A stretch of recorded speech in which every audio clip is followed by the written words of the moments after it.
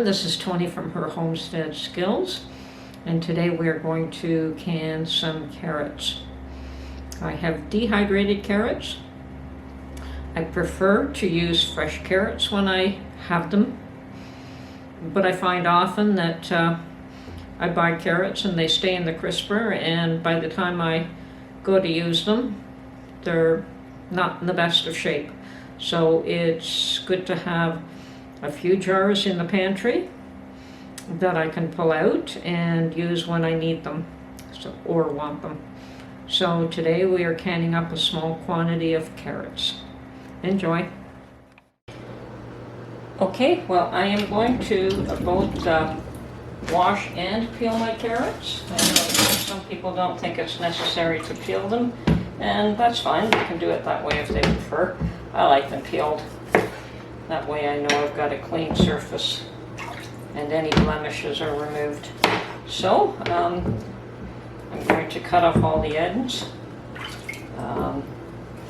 peel them all, and then I'll get back to you.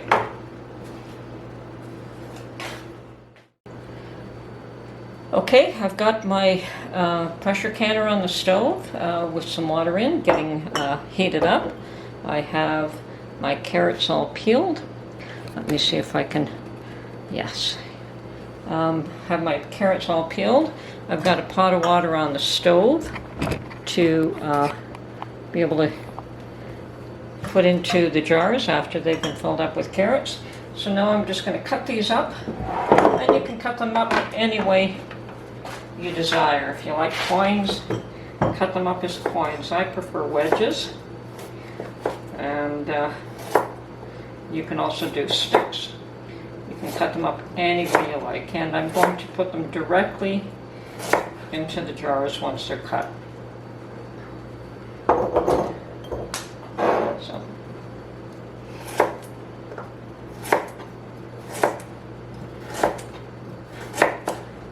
Now, one year I did can a whole bushel of carrots, which they were absolutely beautiful carrots, fresh, tender, but we didn't eat them all, and I had them for years and years, and then I finally got rid of them. Like, you can only make so much soup, and I think that that's what we use those ones for in the end, because they were extremely tender. So, but anyway, having a small amount in my pantry works. And you have to do what works for your pantry, not for somebody else's. So we want to fill these up to about an inch of headspace. And that seems to be about right there for that jar. And what I'm going to do now is cut them all up, and once they're all done, I'll get back to you. Okay, I've got 8 jars full, which is enough for my purposes. As I said, I do like fresh carrots as well, so it's this is my backup supply for when I need carrots and don't have any fresh ones, or my fresh ones have gone bad because I've ignored them. Anyway, right now I'm going to add a half a teaspoon of non-iodized salt. So this is coarse sea salt, which is what I prefer to use when canning. Okay. So half a teaspoon in each jar.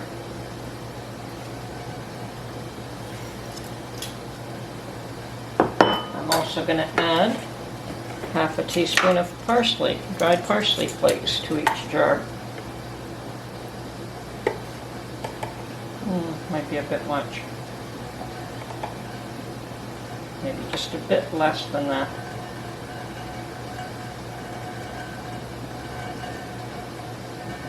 See if I can scoop some out of there. Yes. And some out of there. Okay. So,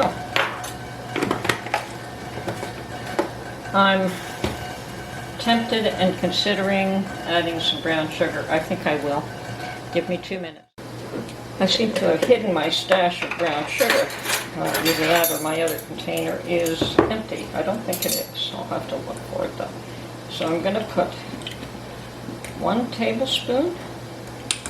No, that might be a bit much. 1 teaspoon. A heaping one in each jar. And this is just to sweeten it a little bit. Not that carrots need sweetening, and if I do want to add a glaze to it, I can certainly do that later. Normally I like to can everything very simply, but I think these will turn out really nice like this.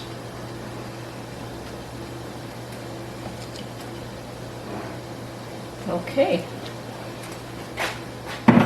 So that's done, and my water has boiled, and I've got my lids all ready here. I've got my vinegar ready. I need to get some rings, just a moment. Okay, I've got my rings, my lids, my vinegar water. Need a paper towel to wipe the rims, and now I'm going to put some boiling water in each jar.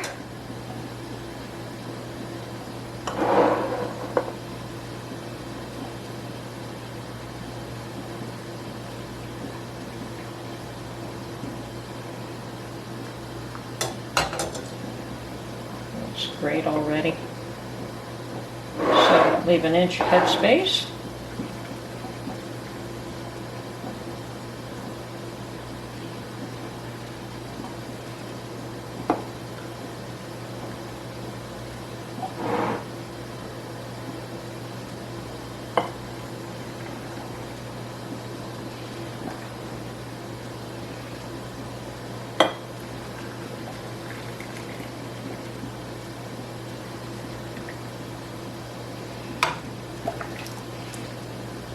If these turn out the way I think they will, I think I'll do them like this all the time. But we'll have to see when I go to use them, if I like them done this way.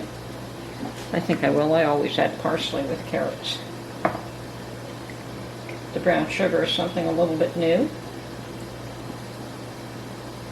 Interesting though, when you make a tomato sauce, to remove some of the acidity from the tomatoes, one of the secrets is to add a carrot. Apparently the sweetness from the carrot will get rid of some of the acidity of the tomato. So, adding sugar seems a little bit unusual in that sense, but it's very common to add brown sugar with carrots. This is my first time doing it though.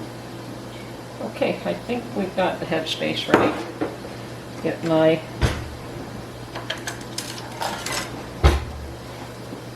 chopstick and move things around just a bit to make sure that there's no air pockets. I had these jammed in pretty good though. Now I do like to use regular mouth jars wherever I can, and the simple reason is that the lids cost me about half as much as the wide mouth jars. So for economical sake, why spend twice as much on lids when I don't need to? Now there are areas where a wide mouth lid is preferred, and that would be in making my chips, my potato chips. I found that putting them in regular mouth jars just made it a little difficult to remove them, so the wide mouth jars was definitely a better option there. I'm just going to top some of these up a little bit.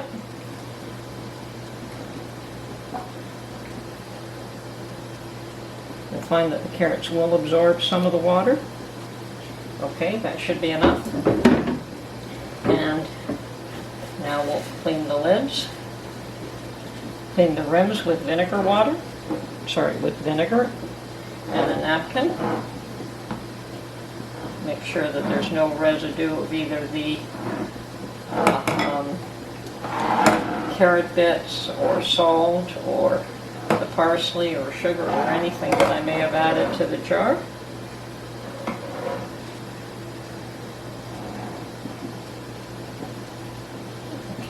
fairly quick and easy. Add my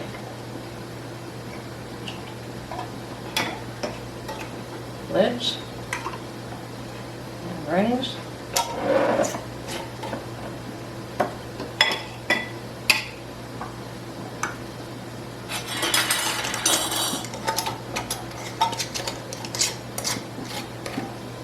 And just finger tight.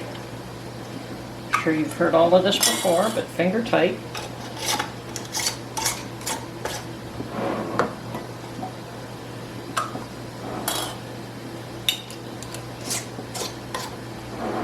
These absolutely look beautiful so far.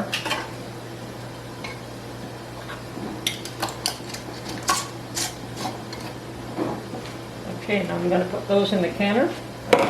Actually, I might as well finish up the last few here.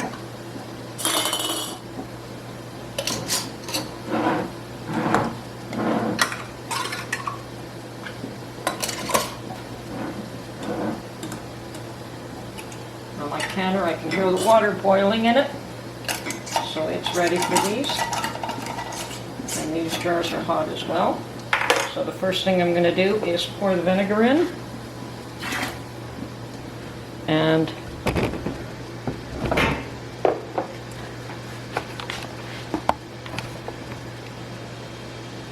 then I'm going to add all these jars in there carefully.